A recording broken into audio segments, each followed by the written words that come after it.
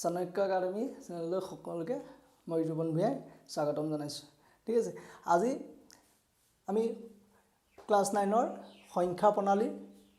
অধ্যায়টো আলোচনা কৰিবলৈ ওলাইছোঁ। সংখ্যা প্ৰণালীত আমি আজি কি আলোচনা কৰিম যে পৰিমেয় আৰু অপৰিমেয় সংখ্যা। আগতে আমি জাষ্ট ডেফিনেশ্যন পাইছিলোঁ, আজি অকণমান বহলোৱাভাৱে আমি পৰিমেয় আৰু অপৰিমেয় সংখ্যা পঢ়িম। তাৰপিছত আহিলে নাম্বাৰ 2ত আহিলে সংখ্যা ৰেখাত উপস্থাপন, মানে পৰিমেয় আৰু অপৰিমেয় সংখ্যাবোৰক আমি সংখ্যা ৰেখাত কেনেদৰে উপস্থাপন কৰিব পাৰোঁ। তাৰপিছত আহিলে বাস্তৱ সংখ্যাৰ দশমিক বিস্তৃতি।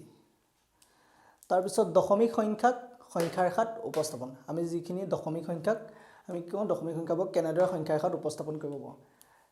তাৰপিছত আহিলে সৰল পৰিমেয়কৰণ আৰু একেবাৰে শেষত আহিব সূচক বিধিৰ প্ৰয়োগ। আগতে আমি সূচক বিধি পঢ়ি গৈছোঁ, আজি সূচক বিধিখিনি আমি কেনেদৰে প্ৰয়োগ কৰোঁ সেই আমি তাৰ ওপৰত আলোচনা কৰিম। ঠিক আছে, ফাৰ্ষ্ট আহিলে আমাৰ পৰিমেয় আৰু অপৰিমেয় সংখ্যা। পৰিমেয় সংখ্যাৰ ডেফিনেশ্যন আমি জানো যে যিবোৰ সংখ্যাক আমি p/q আকাৰত প্ৰকাশ কৰিব পাৰোঁ। p/q, p/q আকাৰত প্ৰকাশ কৰিব পাৰোঁ, য'ত কি হ'ব p আৰু q অখণ্ড সংখ্যা। p আৰু q হ'ব অখণ্ড সংখ্যা। p q অখণ্ড সংখ্যা আৰু কি হ'ব q is not equal to 0, q কেতিয়াও 0 হ'ব নোৱাৰে। আগতে আমি ডেফিনেশ্যনটো পাইছিলোঁ যে পৰিমেয় সংখ্যা কাক কয়, যে যিবোৰ সংখ্যাক আমি p/q আকাৰত প্ৰকাশ কৰিব পাৰোঁ, য'ত p q অখণ্ড সংখ্যা আৰু q is not equal to 0 হয়, তেনে সংখ্যাক আমি পৰিমেয় সংখ্যা বুলি কওঁ। এতিয়া ইয়াৰ পৰিমেয় সংখ্যাৰ এক্সাম্পল হৈছে, উদাহৰণবোৰ হৈছে চাপ'জ আমি 2 পালোঁ, 3/5 পালোঁ, তাৰপিছত আহিলে -4/3, এইখিনি হৈছে আমাৰ পৰিমেয় সংখ্যা। 2ক আমি কিহৰ কাৰণে পৰিমেয় সংখ্যা বুলি ক'লোঁ, কাৰণ 2ক আমি কেনেকৈ লিখিব পাৰোঁ 2/1। ইয়াত আমাৰ p হৈছে 2 আৰু q হৈছে 1, q হৈছে 1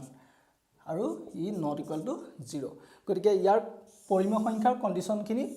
যিহেতু আমাৰ ফুলফিল হৈছে, গতিকে আমি 2ক p/q আকাৰত প্ৰকাশ কৰিব পাৰোঁ, গতিকে আমি 2ক কি বুলি ক'ব পাৰোঁ পৰিমেয় সংখ্যা বুলি ক'ব পাৰোঁ। ঠিক তেনেদৰে 3/5,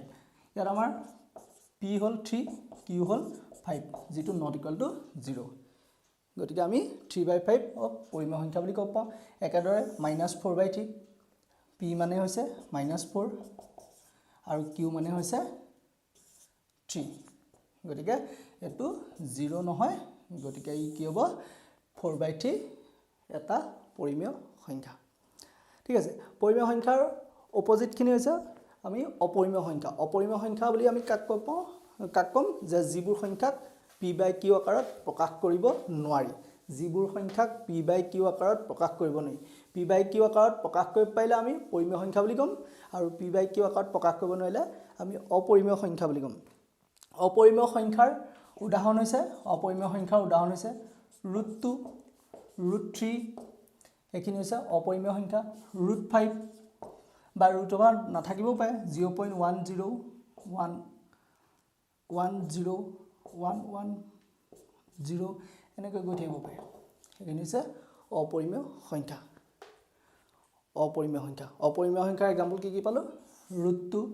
√3, √5,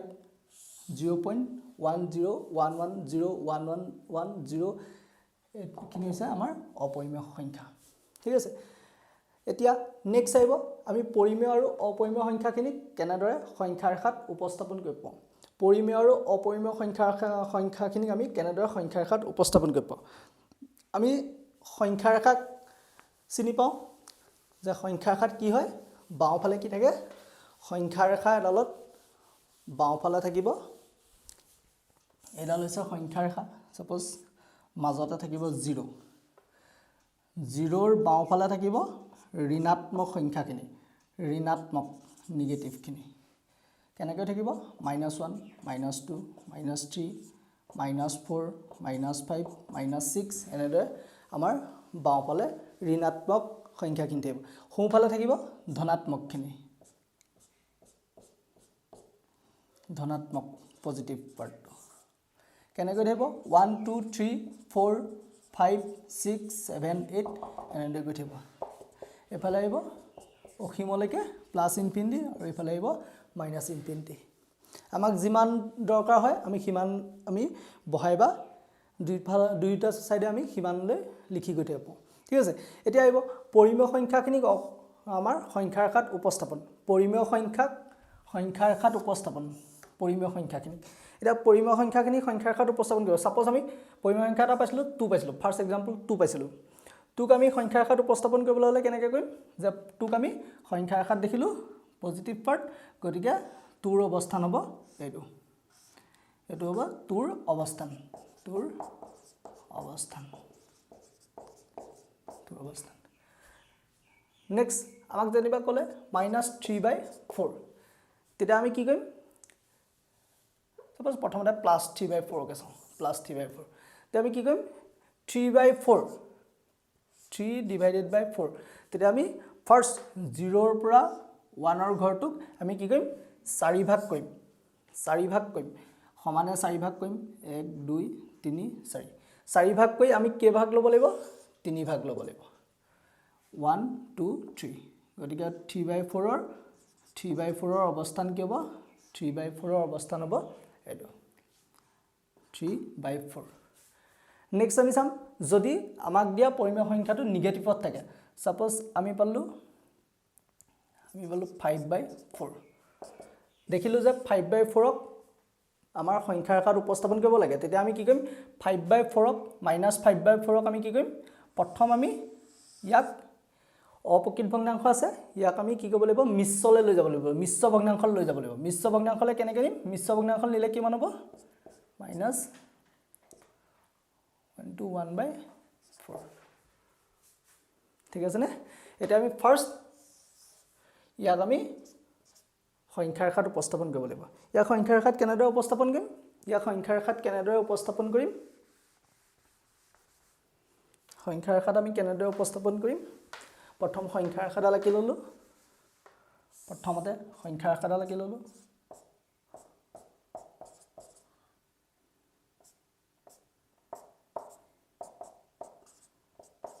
ঠিক আছে এতিয়া সংখ্যা ৰেখাত আমি গম পালো যে মাইনাস চিন আছে গতিকে 0 ৰ বাও হাতে থাকিব 0 ৰ বাও হাতে ইয়াক পাম আমি গতিকে ফাৰ্স্ট আমি 11 যাব লাগিব 11 আইলো নেক্সট -1 আৰু -2 এই ঘৰটোক আমি কে ভাগ কৰিব লাগিব 4 ভাগ কৰিব লাগিব এই ঘৰটোক আমি কে ভাগ কৰিব লাগিব 4 ভাগ কৰিব লাগিব সমানে 4 ভাগ কৰিলো 4 ভাগ কৰি আমি কে ভাগ ল'ব লাগিব এভাগ ল'ব লাগিব এভাগ ললো ঠিক আছে গতিকে অৱস্থানটো ক'ত হ'ব এইটো -5/4 -5/4 ৰ অৱস্থান -5/4 ৰ অৱস্থান এইখিনি হৈছে আমাৰ পৰিমেয় সংখ্যা ৰেখাত উপস্থাপন আমি কেনেদৰে কওঁ নেক্সট পাম আমি অপৰিমেয় সংখ্যাখিনিক কেনেদৰে সংখ্যা ৰেখাত উপস্থাপন কৰিব পাৰোঁ অপৰিমেয় সংখ্যাখিনিক আমি কেনেদৰে সংখ্যা ৰেখাত উপস্থাপন কৰিব পাৰোঁ সংখ্যা ৰেখাত কেনেদৰে অপৰিমেয় সংখ্যাক আমি দেখুৱাব পাৰোঁ ঠিক আছে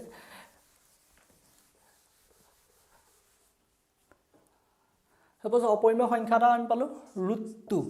হলে অপৰিমেয় সংখ্যা এটা পালো √2 আমি যদি √2ক অকমান পাইথাগোৰাছৰ ফৰ্মুলাৰ জৰিয়তে পাইথাগোৰাছৰ সূত্ৰৰ জৰিয়তে আমি অকমান হলনিকে লিখিব খোজো কেনেকৈ লিখিম √2ক আমি √1 + 1 বুলি লিখিব পাওঁ 1 + 1 বুলি কিয় কাৰণে মই পাইথাগোৰাছৰ কথা ক'লো কম ঠিক আছে তাৰ আগতে আমি √2টোক √1 + 1 বুলি লিখিব পাওঁ নেক্সট আমি √over দিলো 1 টোক আমি কেনেদৰে লিখিব পাওঁ 1 স্কয়াৰ প্লাস আকৌ ইটো 1 ক একে 1 স্কয়াৰ হলে এতিয়া আমি পাইথাগোৰাছৰ উপপাদ্য সমকোণী ত্ৰিভুজৰ ক্ষেত্ৰত কি পাইছিলো যে সমকোণী ত্ৰিভুজৰ ক্ষেত্ৰত সাপোজ এ বি সি এটা সমকোণী ত্ৰিভুজ য'ত কি হ'ব বি টো হৈছে 90 ডিগ্ৰী বি টো হৈছে সমকোণ এতিয়া এ সি ডাল গতিকে হ'ব আমাৰ অতিভুজ আৰু বি সি ডাল হ'ব ভূমি আৰু এডাল হ'ব এ বি ডাল হ'ব উন্নতি গতিকে পাইথাগোৰাছৰ সূত্ৰই আমাক কি ক'লে যে অতিভুজৰ বৰ্গ অতিভুজ স্কয়াৰ ইকুৱেল টু কি হ'ব ভূমি স্কয়াৰ ভূমিৰ বৰ্গ প্লাস উন্নতিৰ বৰ্গ 29 স্কয়াৰ ভূমি স্কয়াৰ প্লাস 29 স্কয়াৰ ঠিক আছে গতিকে ইয়াত যদি আমি 1 টো যদি আমি সাপোজ ভূমি বুলি লও ভূমি ললো 1 একক 1 একক আৰু আমাৰ উন্নতি ললো 1 একক ভূমি আৰু উন্নতি আমি 1 একক বুলি লও তেতিয়া আমাৰ কি হ'ব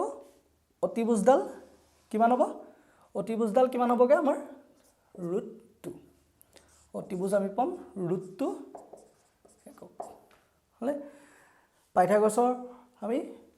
সূত্ৰমতে সমকোণী ত্ৰিভুজৰ ক্ষেত্ৰত আমি এই মানগিটা বহুৱাই দিলো ভূমি কিমান ললো 1 একক উন্নতি ললো 1 একক আৰু তেতিয়া আমি অতিভুজডাল কিমান পাম √2 একক সেন্টিমিটাৰ থাকিলে সেন্টিমিটাৰ হ'ব এককৰ জায়গাত মিটাৰ থাকিলে মিটাৰ হ'ব ঠিক আছে ক্লিয়াৰ আছে নেক্সট আমি এটা পাইথাগোৰাছৰ উপপাদ্যটো আমি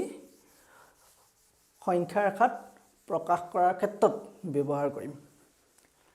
গতিকে আমি ফাৰ্স্ট সংখ্যা ৰেখালৈ যাওঁ ইয়াতে আমি পালো 0 0 1 2 এনেদৰে গৈ আছে আৰু এইফালে আমাৰ কেনেকৈ আহিব -1 -2 তেনেদৰে গৈ থাকিব নেক্সট আমি কি কৰিলো ভূমি কিমান ধৰিম ভূমি ধৰিলো 1 একক ভূমি 1 একক 1 ধৰিলো এটো যদি O বুলি কওঁ এটো A বুলি কম পইণ্টৰ নাম দিলো আমি A নেক্সট আমি সংখ্যা ৰেখাত লম্ব এডাল ললো A বিন্দুত এডাল লম্ব ললো A বিন্দুত লোৱা লম্বডালে আমাক কি কৰিব লম্বডাল আমি কিমান জোখত লম যে লম্বডাল ললো 1 একক সাপোজ লম্বডালৰ নাম আহিলে B AB আমি O এৰ ওপৰত AB লম্ব ললো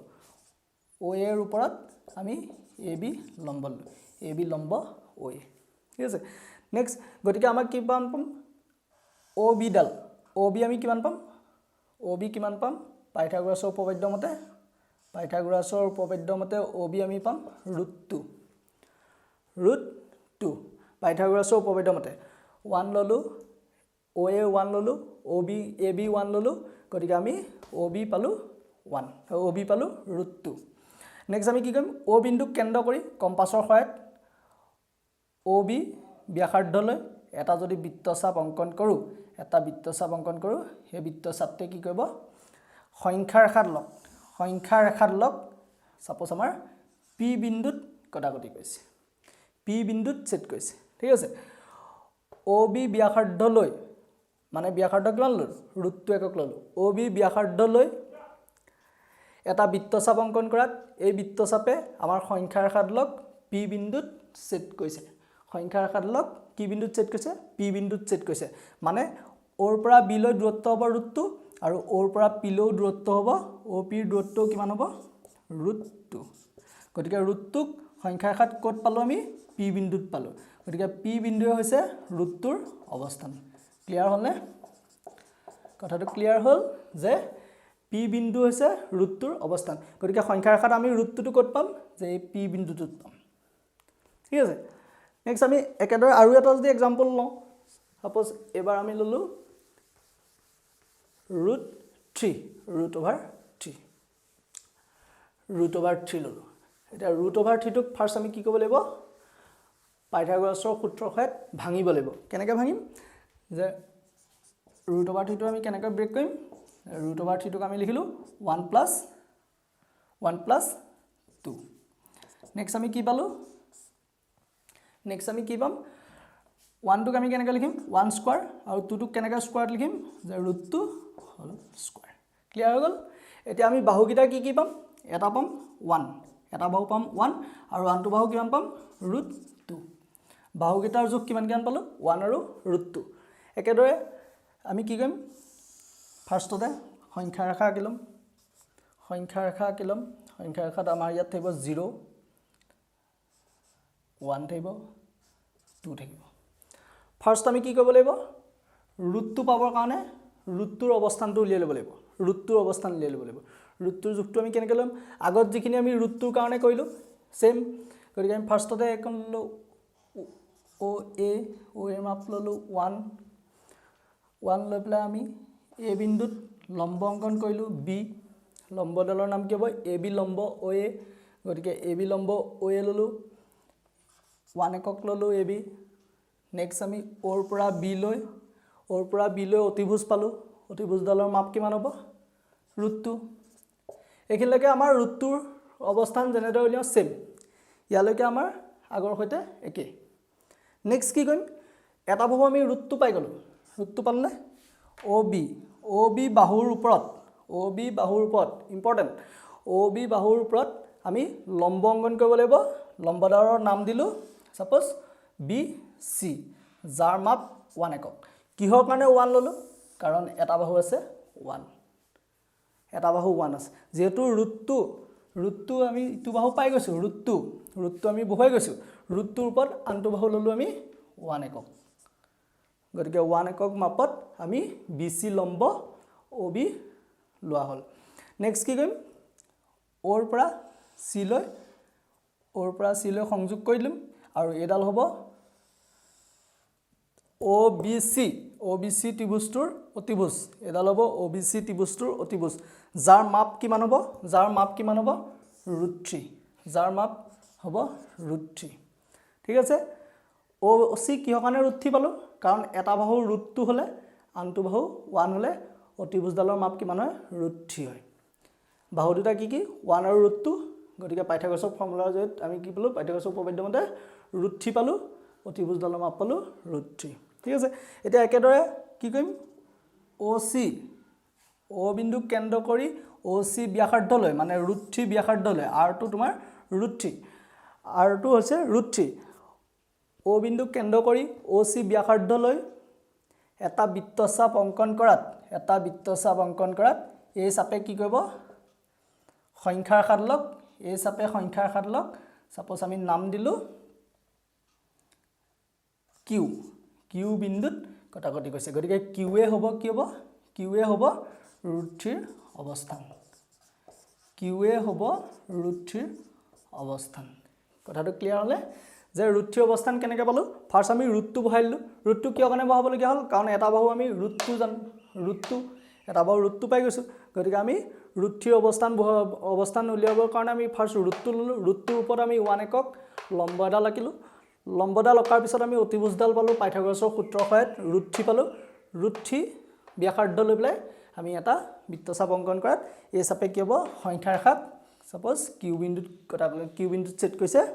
গতিকে কি হ'ব কিউৱে হৈছে √3 অৱস্থান এনেদৰে আমি অপৰিমেয় সংখ্যাসমূহ কি কৰিব পাওঁ যে সংখ্যাৰ ৰেখাত উপস্থাপন কৰিব পাৰোঁ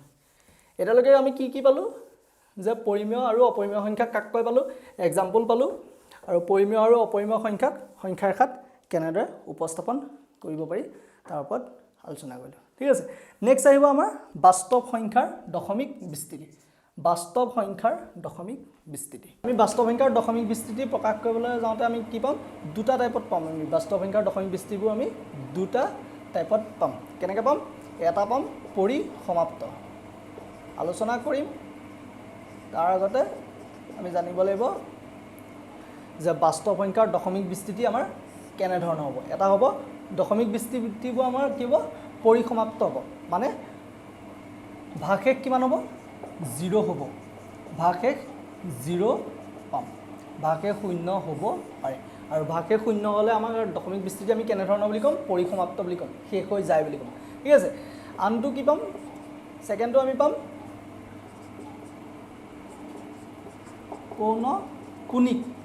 পৌনঃপুনিক বা কি হ'ব নিশেষ নহয় বা কি হ'ব পৌনঃপুনিক মানে আমি কি গম পাম যে ভাগশেষ আমাৰ 0 নহয় ভাগশেষ 0 নহয় কেতিয়াও আমি ভাগশেষ 0 নাপাওঁ এইবোৰ আমাক কি হ'ব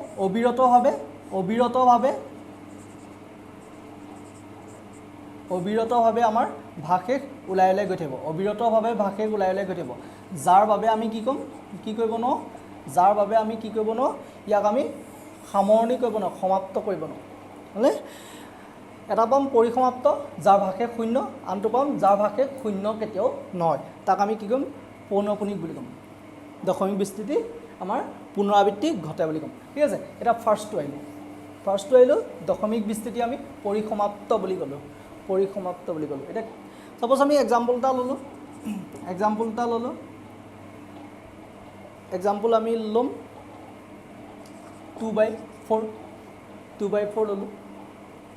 2/4 নলৈ আমি 3/4 লওঁ, অকণমান মিলি নথকা সংখ্যা লওঁ, 3/4 লওঁ। 3/4 আমি ফাৰ্ষ্ট কি কৰিম?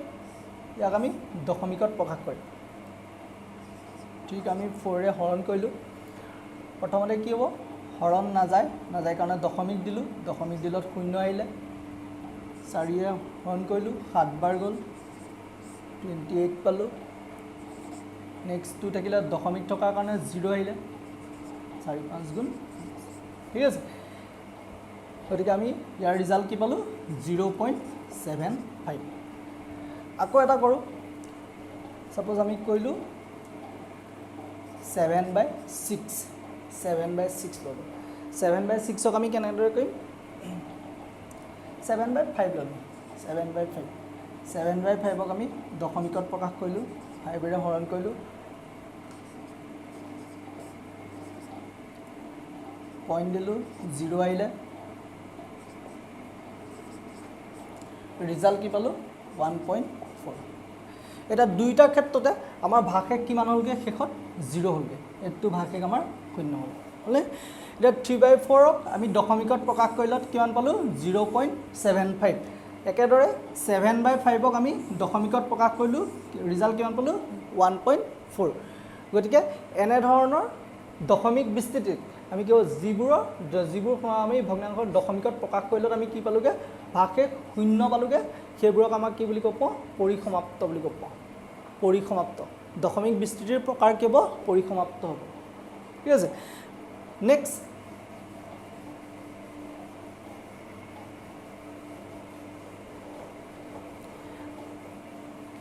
আমি ছাপ'জ 20ক 6ৰে হৰণ কৰিব লাগে, 20ক 6ৰে হৰণ কৰিব লাগিব, বা 20/6ক আমি দশমিকত প্ৰকাশ কৰিব লাগে, কেনেদৰে প্ৰকাশ কৰিম? 20ক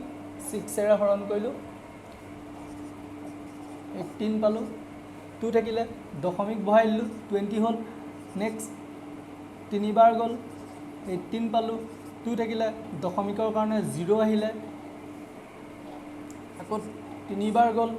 18 থাকিলে দশমিকৰ কাৰণে 0 আহিব, বুজিছেনে? এনেদৰে আমাক কি হ'ব? 20কে ভাগশেষ বাৰে বাৰে ওলাই গৈ থাকিব, আৰু ওপৰত ৰিজাল্ট কিমান পাম? ভাগফল কিমান পাম? 333কে গৈ থাকিব, 3.3333কে এনেদৰে গৈ থাকিব। আমি কি কৰিব নোৱাৰোঁ? ইয়াক আমি কেতিয়াও শেষ কৰিব নোৱাৰোঁ, অৰ্থাৎ আমি কি বুজিলোঁ? যে ইয়াৰ দশমিক বিস্তৃতি পৰিসমাপ্ত নহয়, অবিৰতভাৱে আমাৰ দশমিকৰ পিছত সংখ্যা ওলাই গৈ থাকে, ঠিক আছে। গতিকে এনেধৰণৰ বিস্তৃতিক, এনেধৰণে যিবোৰ আমি দশমিকত প্ৰকাশ কৰোঁতে যিধৰণৰ আমাৰ 3.3333 এনেকৈ গৈ থাকিব, এইখিনিক আমি কি কৰিব পাৰোঁ?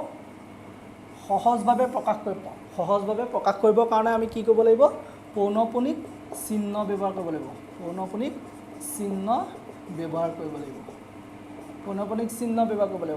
চিহ্ন কেনেদৰে ব্যৱহাৰ কৰিম? ছাপ'জ আমাৰ 3.3333কে গৈ আছে, গতিকে আমি কি কৰিম? 3 ৰিপিট হোৱা সংখ্যাটো কি? 3।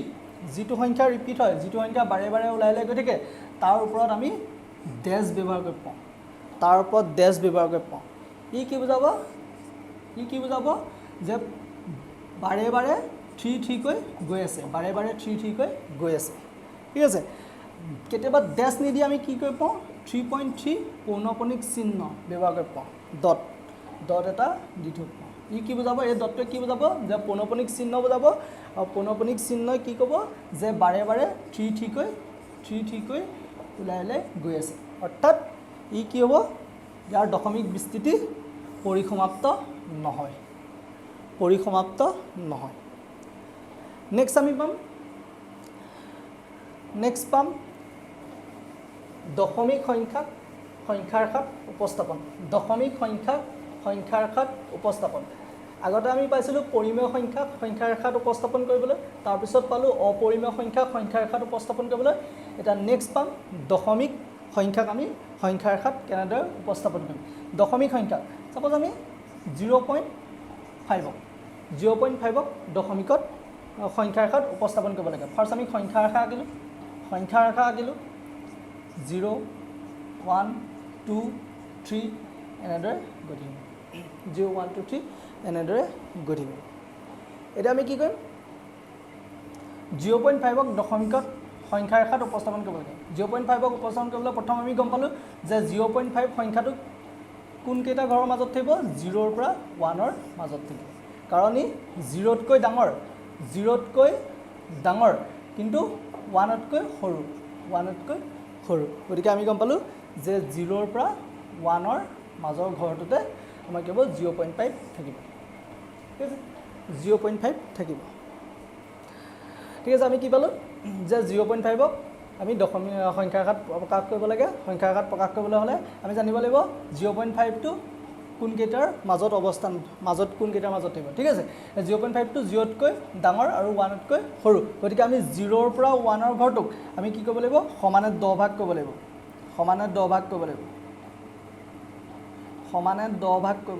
0 ৰ পৰা 1 ৰ ঘৰটোক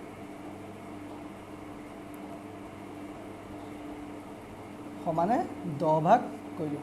0 পৰা 1 ৰ ঘৰটোক সমানে 10 ভাগ কৰিলো 10 ভাগ কৰি পেলাই আমি কি কৰিব লাগিব তাৰ পৰা আমি 0.5 আছে গতিকে 5 ঘৰ ল'ব লাগিব 0.1 আহিব 0.2 আহিলে 0.3 0.4 0.5 গতিকে 0.5 ৰ অৱস্থান হ'ব পি এ কি বুজাব যে 0.5 ৰ অৱস্থান 0.5 ৰ অৱস্থান বুজাব 0.5ক ক'ত পাম যে 0 আৰু 1 ৰ মাজত আমি 0.5ক পাম 0.5 ৰ অৱস্থান আছে 0.5 ৰ অৱস্থান নেক্সট আমাৰ দশমিকৰ পিছত এটা ঘৰ আছে কাৰণ আমাক কি হ'ব সংখ্যাৰ ৰেখাত উপস্থাপন কৰিবলৈ সহজ যদি আমাক দশমিকৰ পিছত আমাৰ দশাংশ ঘৰ থাকিব দশাংশ শতাংশ সহস্ৰাংশ এনেদৰে আমাৰ দশমিকৰ পিছত আমাৰ কেইবাটাও ঘৰ থাকে তেতিয়া আমি কেনেদৰে উপস্থাপন কৰিম সাপোজ আমাৰ এক্সাম্পল এটা ল'লো 0.475ক আমি সংখ্যাৰ ৰেখাত কেনেদৰে উপস্থাপন কৰিম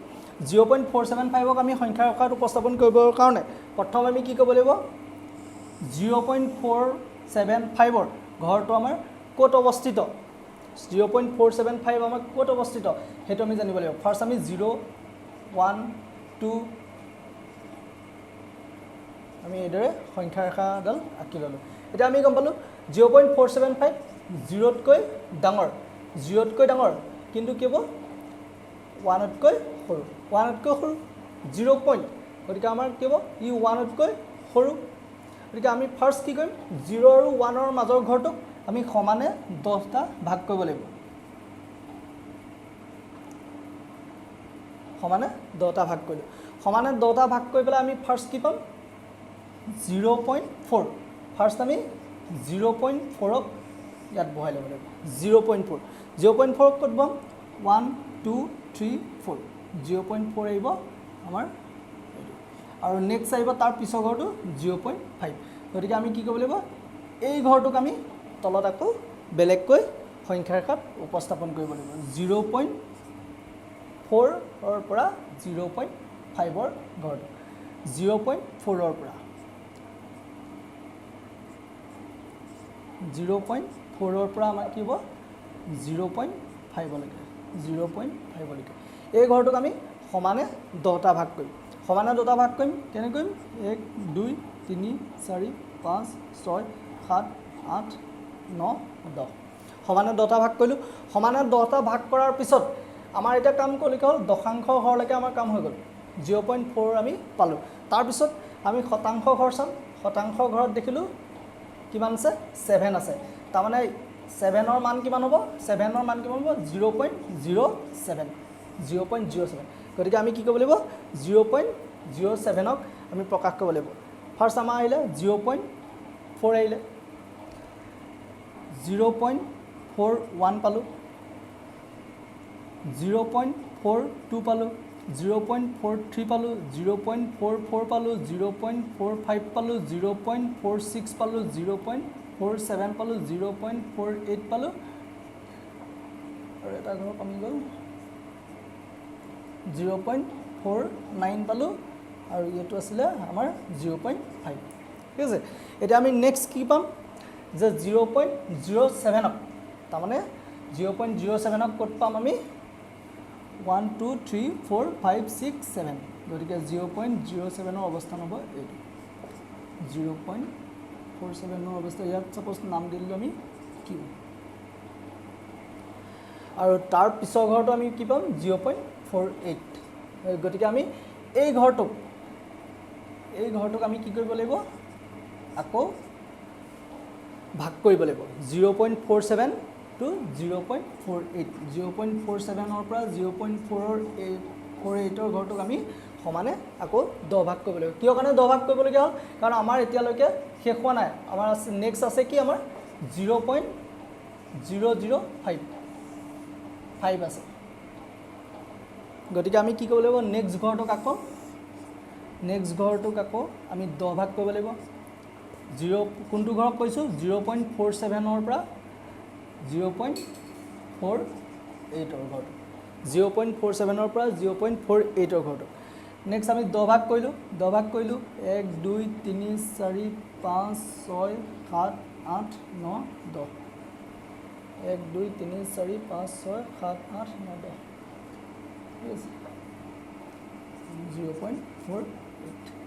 0.48 ঘৰটোক আমি সমানে 0.47 পৰা 0.48 লৈ সমানে আমি 10 ভাগ কৰিলোঁ ফাৰ্ষ্ট ঘৰটো আহিব 0.471 0.472 0.473 তেনেকৈ গৈ থাকিব নেক্সট আহিব 0.474 0.475 0.475 ইয়াত আমি কি পালোঁ 0.475 সাপোজ নাম দিলোঁ এ পইণ্টটোৰ নাম দিলোঁ আমি এ গতিকে এ হ'ব 0.475 অৱস্থান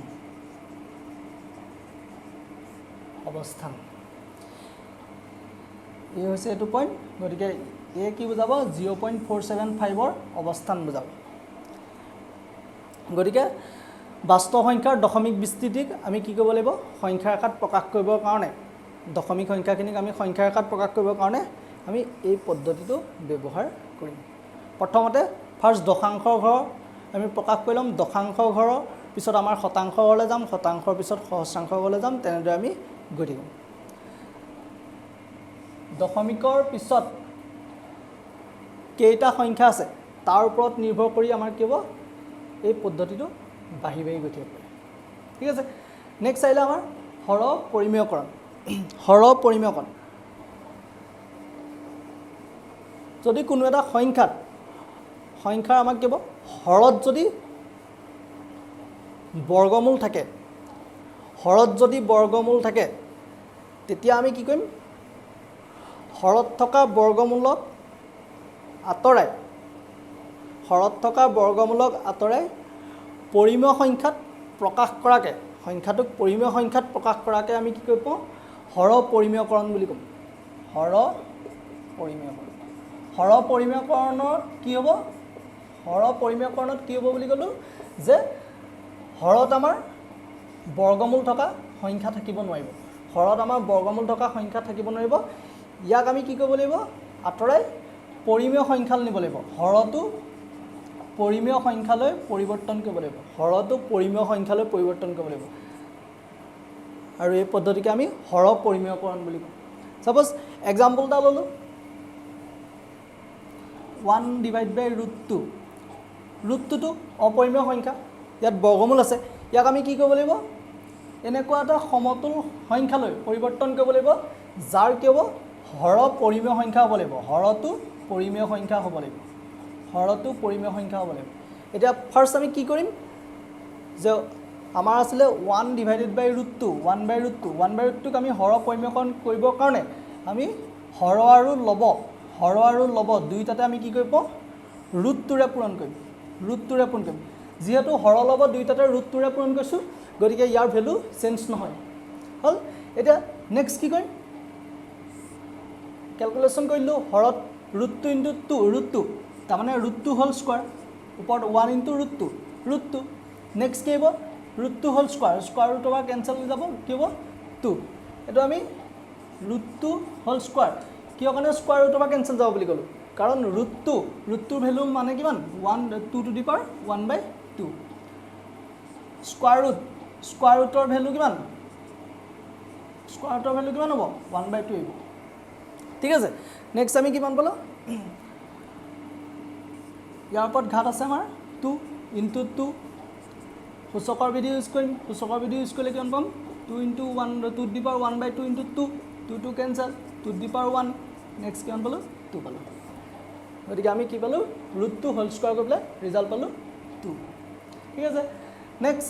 ওপৰত আহিব √2 হৰত 2 আছে 2 টো পৰিমেয় সংখ্যা হয় না 2 টো পৰিমেয় সংখ্যা হয় গতিকে 1/√2 ক আমি হৰ পৰিমেয়কৰণ কৰিব কাৰণে কি কৰিব লাগিব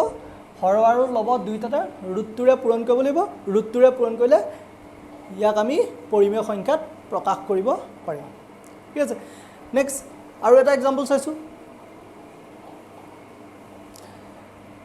সাপোজ আমি পালো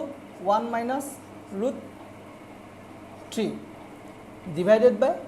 1 + √3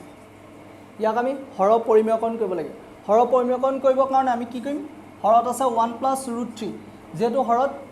বৰ্গমূল আছে গতিকে আমি ইয়াক পৰিমেয় সংখ্যা বুলি ক'ব নোৱাৰো গতিকে পৰিমেয় সংখ্যা নোহোৱাৰ কাৰণে আমি কি কৰিব লাগিব ইয়াক পৰিমেয়কৰণ কৰিবৰ কাৰণে আমি 1 + √3 আছে আৰু ওপৰত আছে 1 - √3 1 + √3 কি কৰিব লাগিব 1 - √3 ৰে পূৰণ কৰিব লাগিব 1 - √3 ৰে পূৰণ কৰিলো 1 - √3 ৰ ওপৰতো পূৰণ কৰিব লাগিব গতিকে 1 - √3 নেক্সট কিমান আহিব তলত আমি a + b * a - b formula use কৰিব পাওঁ a² - b² আহিব a² - b² মানে 1² - √3 হোল স্কয়াৰ ওপৰত আহিলে ওপৰত কি ফৰ্মুলা আহিব a - b a - b তাৰ মানে আহিব a - b whole square equal to a² - 2ab plus b² ঠিক আছে গতিকে ওপৰত আহিব কি 1² - 2 * 1 * √3 প্লাস √3 হোল স্কয়াৰ গতিকে কিমান পামগে তলত 1 - 3 ওপৰত পালো 1 - 2 √3 প্লাস 3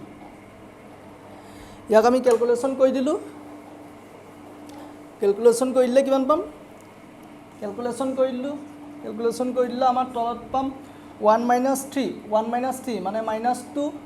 1 - 3 কৰিলো -2 ওপৰত পালো 1 + 3 4 4 - 2 √3 নেক্সট পালো ওপৰত 2 কমন আহিলে 2 - √3 divide by -2 2 to cancel 2 - √3 divide বাই -1 ইয়াক আমি কেনেদৰে লিখিম যে -2 প্লাস √3 গতিকে 1 - √3 ডিভাইড বাই 1 + √3 আমি হৰ পৰিমেয়কৰণ কৰিলো কৰি পেলাই আমি কিমান পালো -2 প্লাস √3 -2 প্লাস √3 যিটো এটা আমি কি কৰিব পাওঁ কিমান পালোগে যে -2 প্লাস √3 ইয়াক আমি -2 প্লাস √3 কেনেকৈ লিখিব পাওঁ -2 প্লাস √3 √3 - 2 এনেকৈ সজাই লিখিব পাওঁ এতিয়া লাষ্ট পইণ্টটো আহো লাষ্ট পইণ্টটো আছে সূচক বিধিৰ প্ৰয়োগ আগতে আমি সূচক বিধিবোৰ পাই আহিছো পুনৰালোচনা পাৰ্টটোত আমি সূচক বিধিৰ ওপৰত আলোচনা কৰিছিলো তোমালোকে দৰকাৰ হলে আগৰ ভিডিও চাই লওক পা পুনৰালোচনা পাৰ্টটো চাই লওক পা তাত আমি সূচক বিধিবোৰ প্ৰতিটো সূচক বিধিৰ ওপৰত আলোচনা কৰি থোৱা আছে ঠিক আছে এতিয়া আমি আজি কৰিম সূচক বিধিসমূহ কেনেদৰে আমি প্ৰয়োগ কৰিব পাওঁ সাপোজ আমাক এটা প্ৰব্লেম দিলে 64 two the power 1/3 64 two the power 1/3 ইয়াক আমি সূচক বিধিত প্ৰকাশ কৰিব লাগে সূচক বিধিৰ সহায়ত আমি কি কৰিব লাগে ব্ৰেক কৰিব লাগে কেনেকৈ কৰিম যে 64ক আমি ফাৰ্ষ্ট কি কৰিব লাগিব সূচকত প্ৰকাশ কৰিব লাগিব 64ক আমি কেনেকৈ প্ৰকাশ কৰিম 64ক আমি 4 কিউব বুলি কৈ দিব পাৰোঁ 64ক আমি 4 কিউব বুলি কৈ দিব পাৰোঁ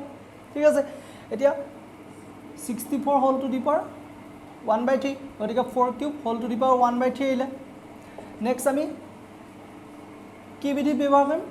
4 টু দি পাৱাৰ 3 ইনটু 1/3 কি বিধি ব্যৱহাৰ কৰিলোঁ a to the power m whole to the power n equal to a to the power mn power দুটা কি হৈ গ'ল পূৰণ হৈ গ'ল a to the power mn গতিকে ইয়াত আমাৰ কি হ'ব 3 কেনচেল যাব 4 টু দি পাৱাৰ 1 থাকিব 4 টু দি পাৱাৰ 1 ৰিজাল্ট পালোঁ 4 টু দি পাৱাৰ 1 ৰিজাল্ট পালোঁ 4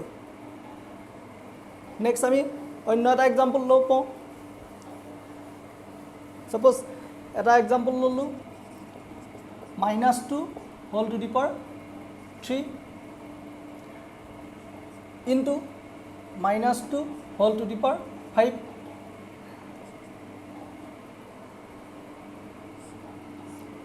ফাৰ্ষ্টটোক আমি ধৰিলোঁ a to the power m into ছেকেণ্ডটোক ধৰিলোঁ a to the power n গতিকে a to the power m into a to the power n a to the power m into a to the power n হ'লে কি হ'ব a to the power m plus n যদি পূৰণ চিন থাকে তেতিয়া plus চিন ব্যৱহাৰ কৰোঁ যদি হৰণ চিন থাকে তেতিয়া আমি মাইনাছ চিন ব্যৱহাৰ কৰোঁ সূচক বিধি মতে পাইছোঁ তোমালোকৰ দৰকাৰ হ'লে আগৰ ভিডিঅ'ত চাই ল'ব পাওঁ সূচক বিধিসমূহ ঠিক আছে নেক্সট আমি ইয়াত a to the power m plus n formula use কৰিলোঁ -2 whole to the power 3 -2 whole to the power 3 plus 5 গতিকে -2 whole to the power 3 plus 5 কৰিলোঁ 8 পালোঁ -2 হোল টু দি পাৱাৰ 8 ইয়াতে এটা কথা আছে যে -2 হোল টু দি পাৱাৰ 8 যিহেতু সূচকটো আমাক কি হ'ব যুগ্ম সংখ্যা হোৱাৰ বাবে আমি কি কৰিব পাৰোঁ মাইনাছ চিনটো ইয়াৰ মাইনাছ চিনটো আঁতৰাই দিব পাৰোঁ মাইনাছ চিনটো আঁতৰাই দিলে কি হ'ব 2 টু দি পাৱাৰ 8